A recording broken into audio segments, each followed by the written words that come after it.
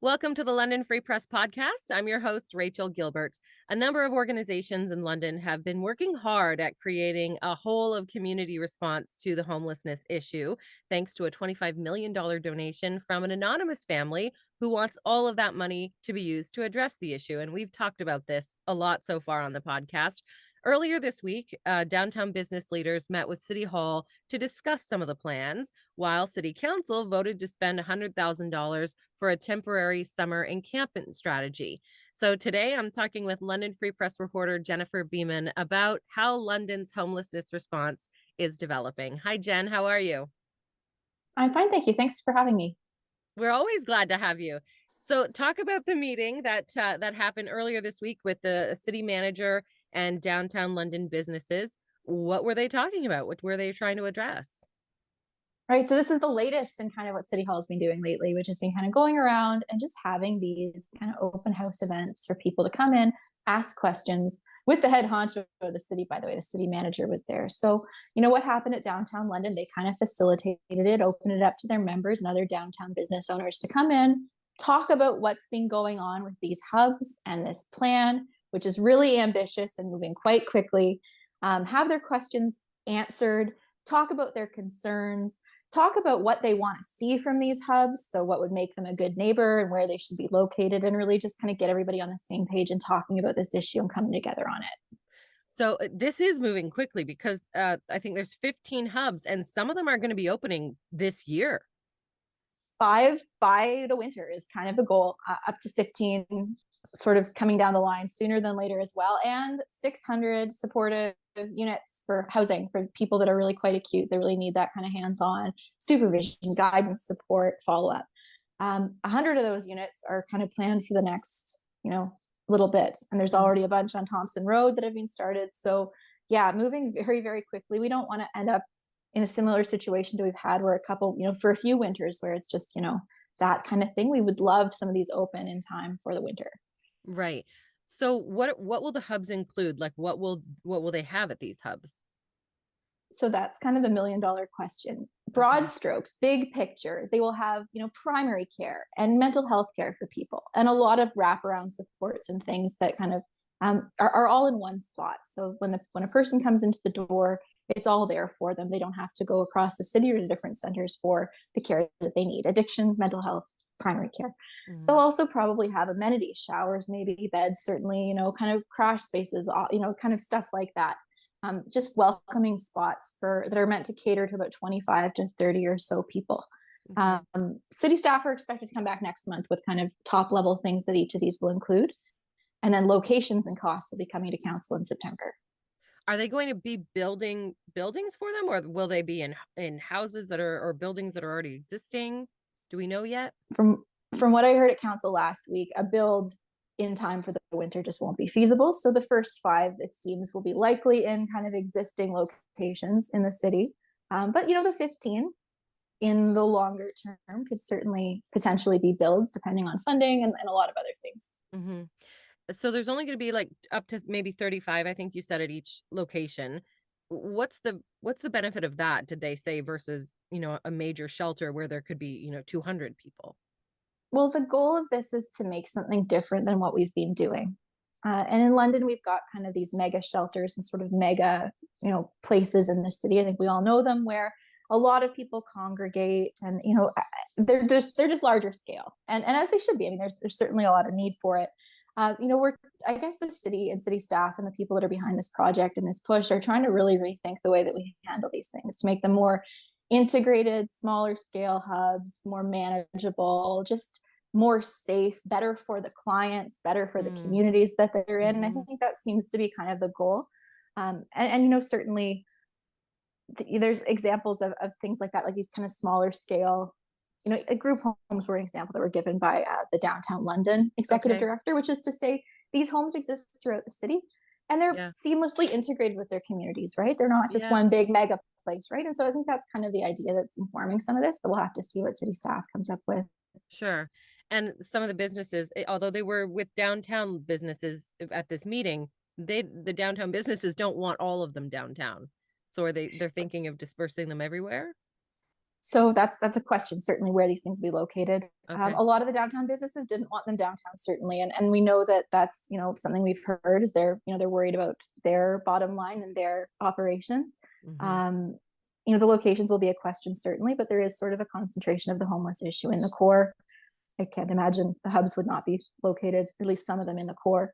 But that's really the question about the where, the how, the when. A lot of stuff still needs to be worked out, but it's moving really quickly. So what were some of the suggestions that the businesses were giving this earlier this week, I should say? Right. So they were really kind of interested in the security of the places. So they didn't Yeah. want to see a lot of open drug use or loitering or litter. So they were really hoping that the city could find ways to address those. Some people had kind of unusual or like interesting ideas of like maybe we should be looking at tiny homes as an option or making use of some surface parking lots in the city or other things like that. So there were kind of some of those ideas. Hmm. Some people didn't want to see the hubs at all in core, which I don't imagine will be a successful push. But really security and sort of safety, not just for the public that's walking around, but also for the people that use these services were really paramount. They wanted to see security and good relationships with police and just, that these things are a good neighbor. Yeah, that makes sense. Of course, there was a lot of homelessness advocates at the meeting as well. Chuck Lazenby from the Unity Project was there. And in your story, you mentioned that she said she's never seen this many people trying to shift the system before. Just expand on that and how important is that? Because this is a whole new thing for us in London. Yeah, instead of just a few of the sort of usual suspect organizations that are really trying to address this, we have businesses and hospitals on board. We've got all kinds of city hall fully in on this. We've got private money from those donors. We've got just a lot of focus and attention on it. And really, how could there not be? It doesn't take a rocket scientist or a detective to look downtown and see just the issue we've got, and it's growing and it's not going away, and it's very pressing. And I think everybody's kind of just seeing this and wanting to do something, and that's really the feeling, is that it's just enough is enough. We need to figure out a new way of dealing with this. What we're doing isn't working, so here we go. And there's an appeal to Queen's Park and Ottawa to really help fund some of these things and show them that what we're doing is different than what we've been doing, and really to try to address this really big crisis we've got going on in the city right now. Hmm. This is kind of a big question I'm going to throw at you. But from your talks with people, is this really going to solve homelessness and the mental health problems, or is this just a better way to support the people who have those issues? So that's such a large issue. So no, as Hmm. a solving of it, maybe not, but certainly as an addressing and helping and recognizing the human dignity of people we have out on the streets that are in this situation, I think that's absolutely what the goal is. So Hmm. managing what we've got while we work at downstream solutions such as affordable housing and other sort of equity related social level kind of societal level things to kind of address those root causes of this. But these hubs are meant for the most acute people. So these are people that are struggling with not only addiction and homelessness, but potentially mental health issues, primary care issues, like really the people that need the most intensive supports. And those are the ones that are most marginalized and most vulnerable. And that's really what this system is meant to address and help. Address. Well, we'll see what comes of that. But also this week, City Hall approved money for helping homeless encampments, because and I didn't know this, there's a bunch of homeless encampments. I can't remember the number across the city, more than I thought for sure. So just talk about what that plan is, what that plan looks like. So city council has handed over money to make just sort of little 90-minute basically depots to help people that are living in these encampments. There's about 90 of them in the city. That's what city Wow. hall's numbers are. Wow. If you look down by the river, if you look closely, you'll see some of them. They're not, they're kind of hidden, but not really. Yeah. And there's a lot of Londoners living in there in the summer with the winter shelter system kind of emergency response closed down.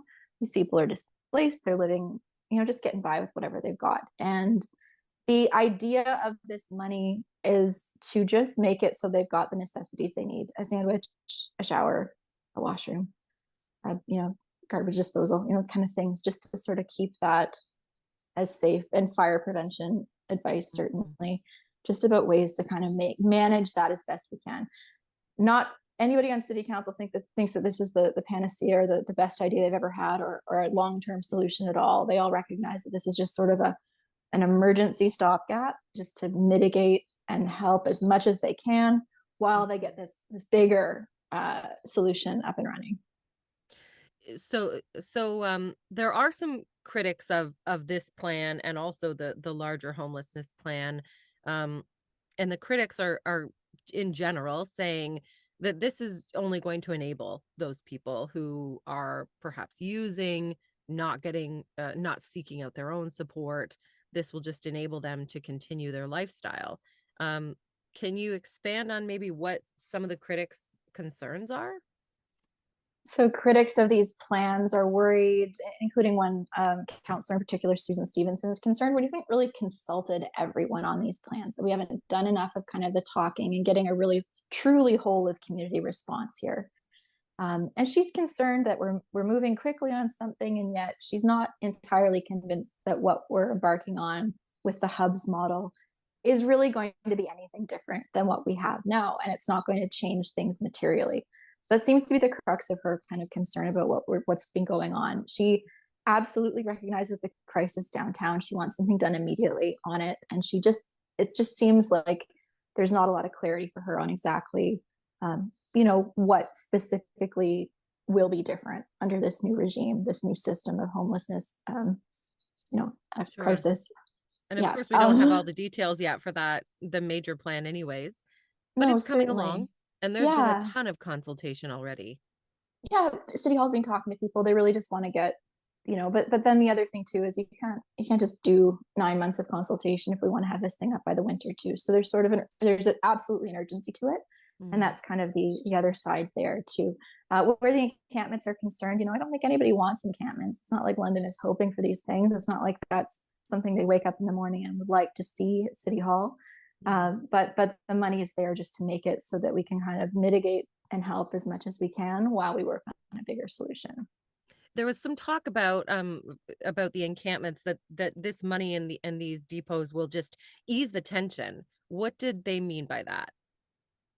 We have people living rough with no resources, no running water, no sanitation, really very limited ability to have showers, laundry, things that they need, right? Just the very basics of what they need to exist. And they're where they are because we don't have a system in place to house them properly, or any number of other things, right? Mhm. So that's kind of the tension there. Is these people are living rough.